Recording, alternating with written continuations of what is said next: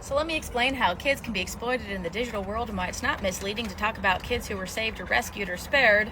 If kids were really saved or rescued or spared, and how people who read about things on the internet that they were not involved with and don't have actual information about should be more willing to be part of the solution, but also better understand the problem, especially before we throw thoughts and prayers and opinions at things that we're unwilling to step in and help solve those problems.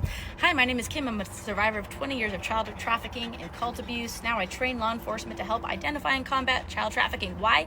Because we need law enforcement when we do rescue ops. Otherwise, it's considered kidnapping. So since we need law enforcement there legally, don't you think it's important that law enforcement is actually prepared to be effective? Yes, we do. Okay, that's why I've stepped in to help solve problems. Why? Because there are problems.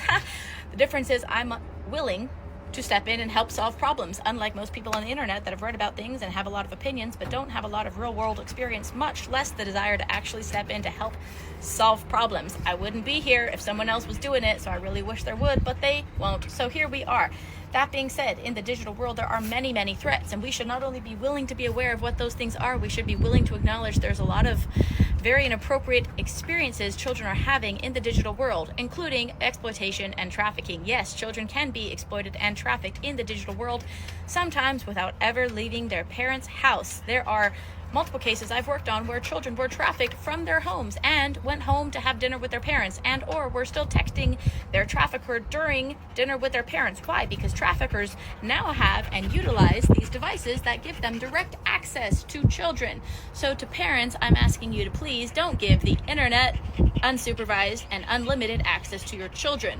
I don't even mean to be sarcastic about that. It's just that there's so much that could be prevented if we were willing to be aware of the real threats, and that children are not capable of facing them, because these things, predators are very strategic. They will easily outsmart and overpower a child.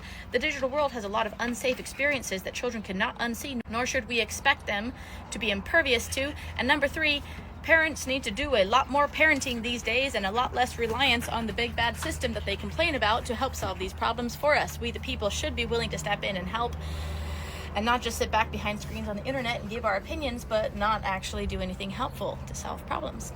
So beyond the fact that in this op where about 244 predators were rescued and 109 children were spared, saved, rescued, whatever you want to call that, you weren't there. So I'm not asking for your opinion. I'm asking you to be willing to be aware that children can be exploited in the digital world, and that saving these children matters. I'm not sure why you have a problem with that. I'm not sure why some people want to split hairs over wording, again, about things they weren't involved with and have very little knowledge, if any, about. I'm asking people to do